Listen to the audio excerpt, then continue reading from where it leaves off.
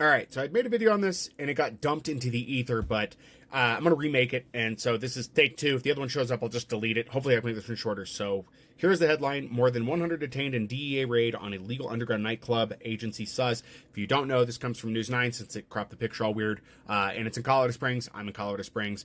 I don't recognize this place, but I'm sure I've seen it once or twice. But I'm not going to read you the article or go over like every minute detail because I'm not rereading you the article. That's something a lot of people are doing, and I'm going to end up not being able to cover the stuff that I want to cover if I do that. So what I want to cover is what I've been reading around in comment sections and stuff, because most people say ignore those. It is important to see those because that's what people are saying. More importantly now, it's what bot content is pushing people to read and believe. So where you may think comment sections are useless, keep in mind that a lot of people are forming their opinions based off of comment sections, which is fairly dangerous. So to get to it, a lot of people just don't believe in due process anymore, I guess. Now, before I get into that, because I keep forgetting something that I need to put in, is I'm in Colorado Springs. I've said that in a few videos before. I'm here. I'm in the town. But it's a very big, small town. So it is easy to forget buildings like this or, you know, not recognize places. It happens. Anyway, the general consensus on Reddit for the local Colorado Springs Reddit is that all these people, all of them, are just illegal and need to be done away with, and that's it. And no account for due process at all. No idea that some of these people may not have realized where they were at was not a legit place. And I know a lot of people are like, that's hard to believe. How do they not know? And it's like, it's not that hard to realize you may not be in a good place. It may have been young people that didn't understand where they were. It may have been people that were invited by somebody that lied to them. I've been in that situation. A number of people have been in that situation where something was, you were like, I don't know. And they're like, no, it's fine. This place is fine. People get wrapped up in that. Doesn't mean they're immediately guilty.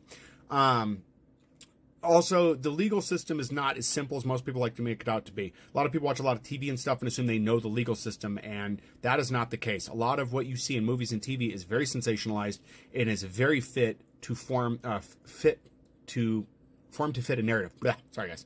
Form to fit a narrative. That's just what it's there for. It's entertainment. That is not how the real legal system works. The real legal system is fairly boring and very disappointing in a lot of cases. So, obviously, you know, I think this was in conjunction with the administration. They're saying they've been working for 7 months, but I just can't believe that there's not something where they're tied in with the administration because of the fact that the big push of this is illegals. That's the big thing, is illegals and drugs. And it's unfortunate because they're inflating the numbers already. I have seen everywhere where it was, 100 of these people are illegals. The article just has 100 detained. But it's 100 of them were, 200 of them were, all of them were illegals. This was a nightclub for illegals with no evidence, no proof. So we don't have any facts on that. We don't have any information. I watched the video in multiple articles that they have of the same DEA, I think it's DEA agent. Let me get his name real quick. It was Jonathan Pullen was the DEA agent, and he's giving very vague information, what they can on a press release. That's not abnormal to me. Now, looking into that, I have to look more into him now, because apparently he was involved in an event in Adams County, and apparently that event, either the evidence was off, something was off at the crime scene, or some factual information was not actually factual, and that caused problems for that case. So apparently he was heavily criticized, so I'm going to have to look into that. It's going to take me a minute to figure out some information for that, but I'll do an update here about him and the Adams County stuff. So I'm not completely confident that they're working well within the law. I think they want numbers, and as we've seen recently here, the administration is really wanting these different agencies to pull numbers at any cost. Pull them numbers up. We want to see mass deportations, even if they're not legit. And we've already seen where people who are not legitimately illegal are getting deported. So I have a lot of questions about what's taking place with this and everything. They may have been investigating for 7 months, but it broke recently under the current administration's rule of things, and that's a problem. Back to the due process thing, though, a lot of people are going to this Wild West mentality of just string them up. They're all illegals, get rid of them. There's an illegal nightclub, so everybody there is in violation of the law. You don't know that. You also don't know the circumstances in which the club was operating. We don't know those things. Everything is very circumstantial in the court of law, right? Maybe they had a liquor license.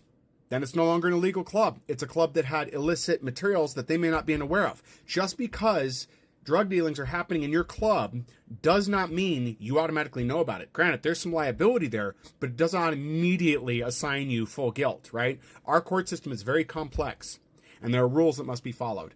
As far as all the people in comments that are just like, well, I can have my opinion. They're guilty. They're guilty no matter what, because That's my opinion. It doesn't affect anything. It does, though, because you could potentially be a juror, especially if you live in this city and they decide to do the court here. You've now tainted the jury. And we have no good way of knowing how many people on that jury are tainted because of that. We can't straight up ask people how they're going to perceive things because of how our legal system works. That creates other problems.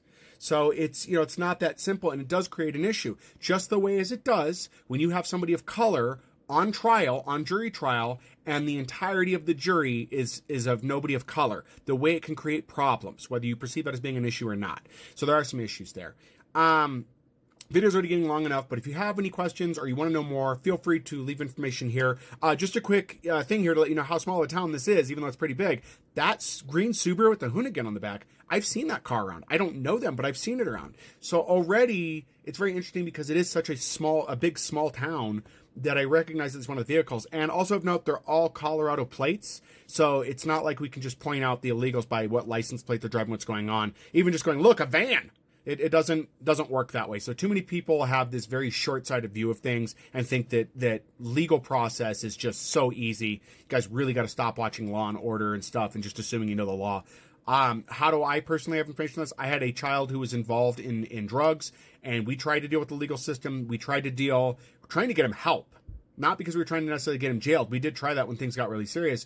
But it turns out that even if you're using and even if you're carrying and have on you, law enforcement will do nothing. Nothing. And there's also nefarious things law enforcement does that puts children in danger and puts people in danger for the cause of the greater good, even though that greater good may not come. So anyways, if you guys have questions, feel free to leave them in the comments below. I have a feeling this may get as controversial as my video I did over that teacher that got caught with alcohol in the classroom, though she didn't, and all of that stuff. Anyway, I look forward to the comments you guys have. And yeah, I'll stay on this as much as I can. I'm going to try to find out about that DEA agent, see what more information there is. Anyways,